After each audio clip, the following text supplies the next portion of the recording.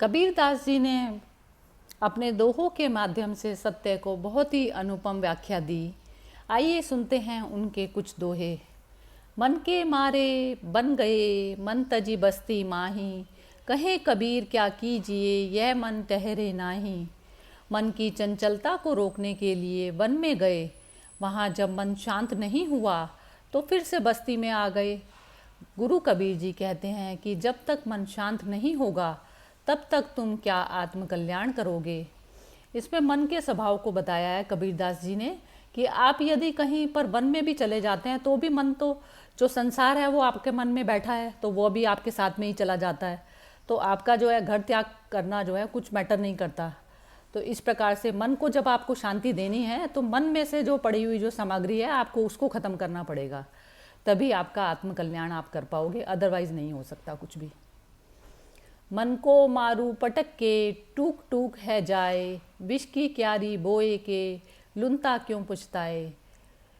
कबीरदास जी कहते हैं कि जी चाहता है कि मन को पटक पटक कर ऐसा मारूं कि वह चकनाचूर हो जाए, विष की क्यारी बोकर अब उसे भोगने में क्यों पश्चाताप करता है। मनुष्यों का जो मन ही है वही भटकाता है चारों तरफ।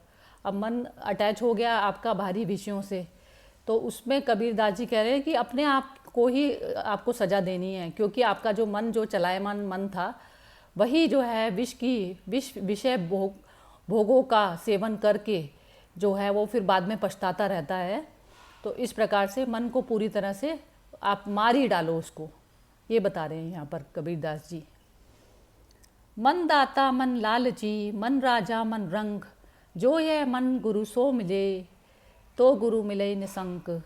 यह मन ही शुद्धि अशुद्धि भेद से दाता लालची उदार कंजूस बनता है। यदि यह मन निष्कपट होकर गुरु से मिले तो उसे निसंदेह गुरु पद मिल जाएगा। गुरु इसमें मन की उस अवस्था को बताया जा रहा है जहाँ पर आप पूरी तरह से मन में जो भी आपकी एक्टिविटी हो रही है उसको आप पढ़ पाते हैं। तो आप स्वयं ही गुरु हैं, क्योंकि आप देख पा रहे हैं कि मन में क्या क्या चल रहा है। तो मन को आपको गाइडेंस देनी है और मन को पूरी तरह से ज्ञान देना है कि अब तू जो है किसी भी प्रकार के भारी विषयों के साथ में अटैच मत होकर, किसी भी प्रकार का ना लालच करना है, ना द्वेष करना है, ना राग करना है।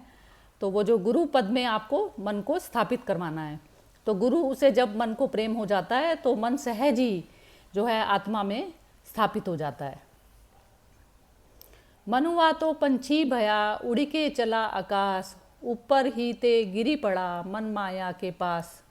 यह मन तो पक्षी होकर भावना रूपी आकाश में उड़ चला, ऊपर पहुंच जाने पर भी यह मन पुनः नीचे आकर माया के निकट गिर पड़ा।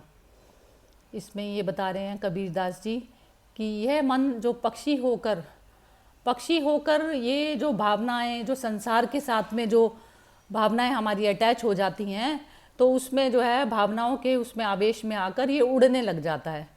तो उसमें कह रहे हैं कि ये पुनः नीचे आकर माया के निकट गिर पड़ा। अब ये जो है बार बार जब माया का संग करता है तो फिर उसमें जो है वो गिर पड़ता है। मन पंछी तब लग उड़ई विषय वासना माही, ज्ञान बाज के झपट में तब लगी आवई नाही। यह मन रूपी पक्षी विषय वासनाओं में तभी तक उड़ता है जब तक ज्ञान रूपी बाज के चुंगल में नहीं आता, अर्थात ज्ञान प्राप्त होने जाने पर मन विषयों की तरफ नहीं जाता।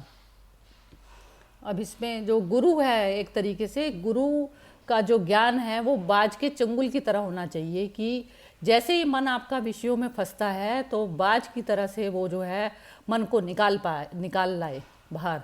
तो उस प्रकार से बाज जैसी दृष्टि आपकी मन पर पूरी तरह से लगी होनी चाहिए। मन बातो फूला फिरई कही जो करऊँ धर्म, कोटि करम सिर पे चढ़ी चेती ना देखे मरम। मन फूला फूला फिरता है कि मैं धर्म करता हूँ, करोड़ों कर्म जाल इसके सिर पर चढ़े हैं, सावधान होकर अपनी करनी का रहस्य नहीं देखता। अब उसमें कुछ भी जो है आप धर्म का काम करते हैं तो आप अपने कर्म को जो है उससे जोड़ते हैं कि मैंने तो बहुत धर्म कर दिया, मैंने बहुत दान कर दिया। इस प्रकार से कर्म जाल के चक्कर में आप फंसे रहते हैं और मन को जो है ये कर्म जाल के चक्कर में पड़े रहने में कभी भी शांति प्राप्त नहीं हो सकती। तो वो इसमें कबीरदास जी कहते हैं कि तू अपनी करनी का रहस्य देख। तो करने का जब तक भाव आपका मिटता नहीं है तो तब तक जो है आप कर्म जाल के उसमें फंसे रहते हैं, तो मन आपका कभी भी शांति में बैठेगा ही नहीं। मन की घाली हूँ गई मन की घोली ज्यों, संग जो परी कुसंग के हटे हाट बिकाऊं। मन के द्वारा पतित हो के पहले 84 में भ्रमा हूँ, और मन के द्वारा भ्रम में पड़कर अब भी भ्रम रहा हूँ। कुसंगी मन इंद्रियों की संगत में पड़कर 84 बाजार में बिक रहा हूँ।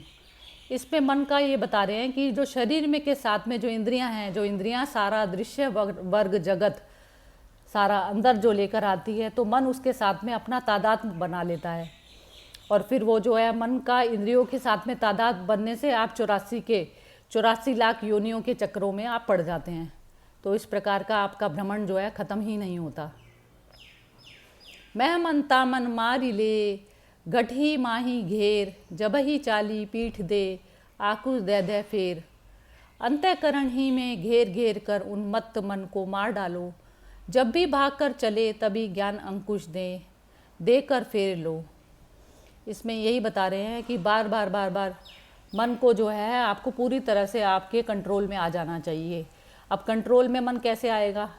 जब तक उसको विषयों से प्रेम है, भारी विषयों से प्रेम है, तो उसको बार बार ज्ञान का अंकुश, ज्ञान उसको दे देकर कि जो मन ही एक तरीके से भटकाता है। इसमें बोला है ना उपनिषद में कि मन एव मनुष्याणाम कारणम बंध मोक्ष, मन ही जो है बंधन और मोक्ष का कारण है। तो मन को जब हम ज्ञान रूपी अंकुश देकर जब उसको स्थिर कर देते हैं, तब मन का ही मोक्ष हो जाता है। और मन जब विषयों की तरफ में अटैच हो जाता है तो मन जो है बंधन में आ जाता है, और मन के बंधन में आने पर जीवात्मा कभी भी मुक्त नहीं होती। तो इस प्रकार पूरी तरह से ज्ञान से जो है आप अपने मन को कंट्रोल कीजिए।